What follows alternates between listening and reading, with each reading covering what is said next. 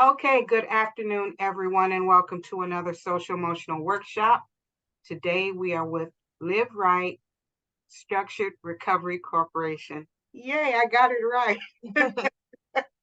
um, and today we're going to be talking about the youth homeless crisis. It is a very serious crisis that we are currently dealing with in our society, and we're going to address some issues and get some information and learn some things and hopefully come out a little bit more equipped to better help our youth deal with um, growing up and being an adolescent in today's society. So, ladies, we're so glad to have you back. Thank you. So I'm Colleen, and this is Brandy, and we're gonna get started. So we're going to be talking we're going to be talking about youth homelessness. Homeless youth are individuals who lack a fixed, regular, and adequate residents. Sorry, such as youth who share housing with other people due to losing homes. Maybe living in hotels, motels, trailer parks, shelters, who have primarily residents that is a public or private place not designed for living. Living in cars, parks, public places, abandoned buildings, buses, train stations, or any other similar situations. Why youth experience homelessness? Young people may experience homelessness for a variety of reasons, including they ran away from abusive household, relationship or foster home, family conflict, like teen pregnancy, sexual orientation, gender identity, blended family issues, substance abuse. There's so many reasons why you can end, what has made you want to leave the home.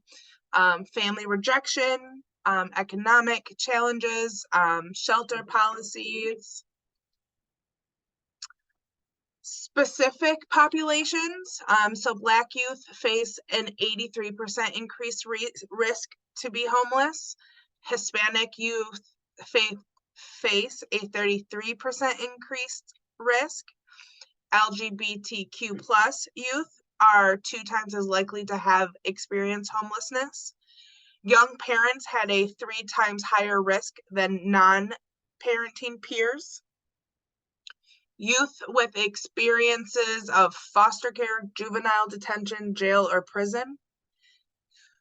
Youth who do not complete high school are 3.5 times more likely to experience homelessness than those who got their high school diploma.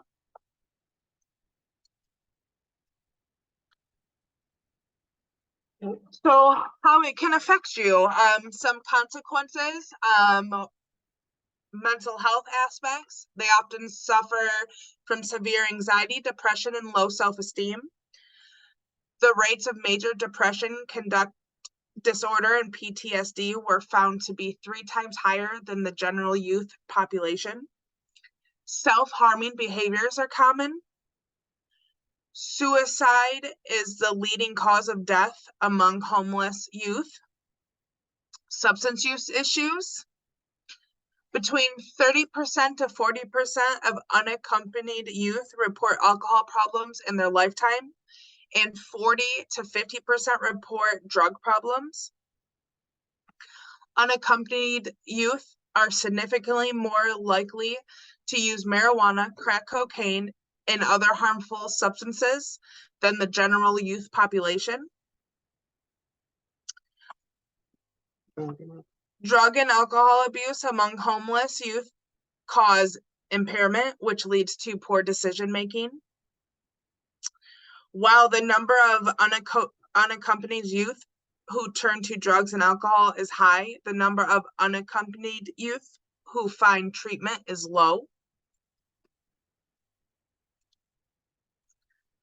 More consequences, criminal activity. Many homeless youth resort to illegal activity as a way to survive. 1 of 5 homeless youth report stealing. More than 10% of homeless youth have forced entry into a residence. As many as half of homeless youth have participated in gang activity. Victimization. While homeless youth often engage in criminal activity, research show they are more likely to be victims of crime rather than the perpetrators. Trauma and rape rates among homeless youth are 2 times to 3 times higher. Homeless youth often find themselves the victims of physical and sexual assault as well as robbery. Being homeless creates barriers for youth. Students experience homelessness, may be unable to meet standard school enrollment requirements, moving around, changing schools, being hungry, tired, stressed, not have school supplies or a quiet place to study, not having access to reliable transportation, not have parents or guardians to help them. How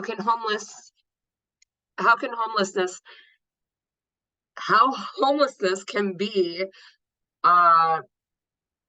traumatic to the youth. The trauma of homelessness, even a short term, can have a major effect on the youth future development. Children who experience homelessness have significantly higher rates of emotional, behavioral, and immediate long-term health problems. They also struggle with self-esteem, substance use, suicide, and other negative outcomes. 4 out of 5 children who are experiencing homelessness have been exposed to at least one serious violent event by 12 years old, 12 of age. How homelessness affects youth education. Students experiencing homelessness are more likely to be chronically absent from school, get lower grades, have special education needs, score poorly on assessment tests, drop out of school.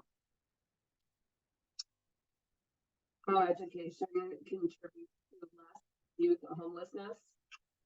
Youth in higher quality preschool programs are more likely to graduate from high school and own homes. Higher school education is associated with a positive life outcome, lower unemployment, lower criminal justice involvement, higher income, higher health outcomes, higher lifespan. How to address youth homelessness. How to help homeless youth.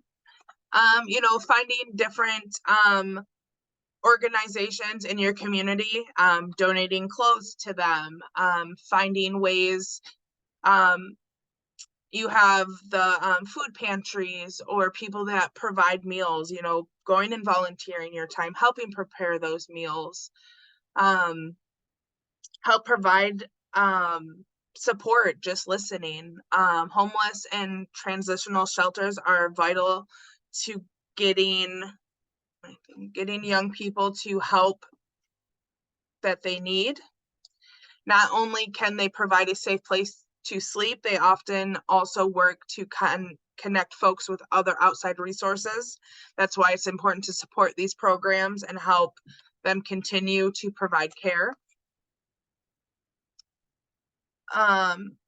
Challenge your assumptions and educate others.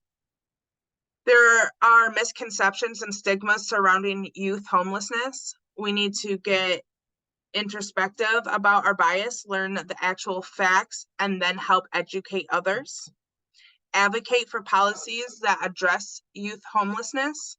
An impactful thing you can do for youth experiencing homelessness is create systematic change, support policies that provide assistance and opportunities for currently unhoused individuals, become an advocate for things like affordable housing, access to healthcare, livable wages, and criminal justice reform, all things that help prevent homelessness.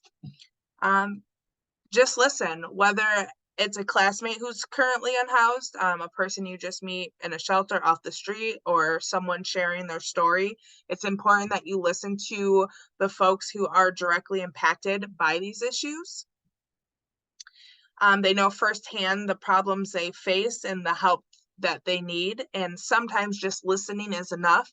In fact, the National Center of Health Research reports that youth experiencing homelessness often find it beneficial when people are there for them without trying to solve all of their problems. So just a little summary of everything we kind of touched on.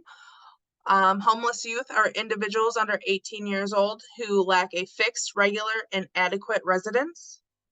Youth experience homelessness for a variety of reasons. Specific populations are more prone to homelessness. There are many consequences of youth homelessness. Homelessness can create barriers for youth. Education can help reduce youth homelessness. These are some resources in the Metro Detroit that help with youth that are homeless, or even if you're looking to give back or volunteer, I'm sure they'd be willing to have you come help them out and help provide meals or whatever they're looking for volunteers. And that's kind of that. I'll leave this on the screen just in case everybody wants this information. And then, yeah, if anyone has any questions, we'd love to answer them. Try to answer them. You guys, if you have any questions, please feel free to unmute and ask away, or if you prefer, you can type it in the chat. I'm more than happy to read them.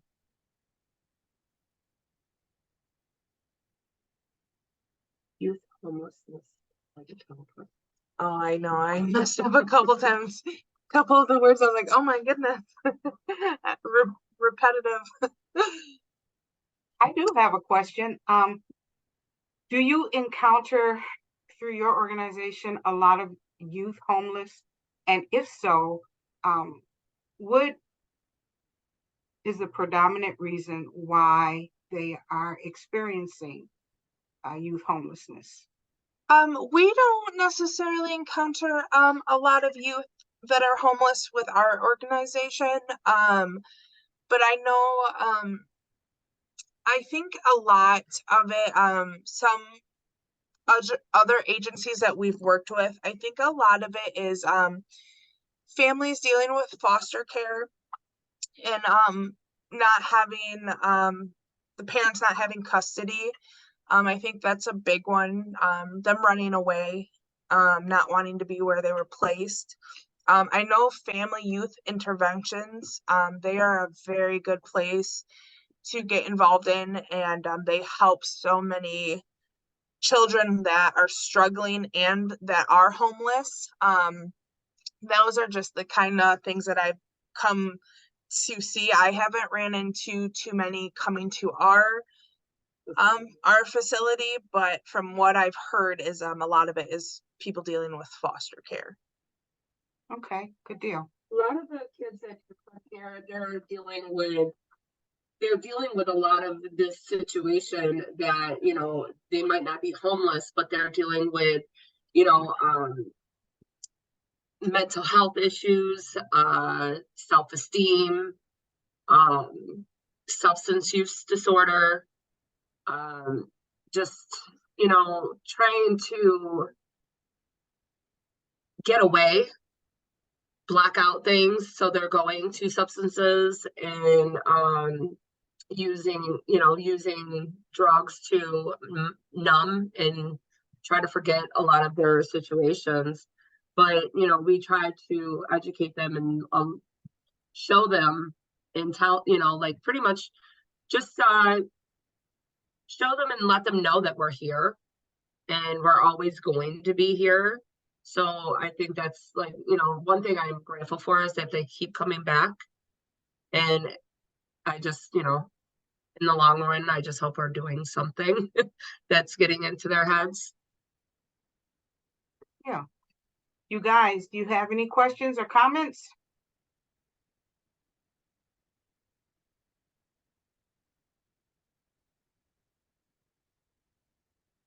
Alrighty, then we will bring this session to a close. Okay. Thank you so much, ladies. Great presentation, and thank you guys for joining. Yes. And we will see you all next time. Everybody have a great day. Have a good one. Thank you. Thank you, Ms. Toni. You're welcome. It stays on. Good to see you again. Same here.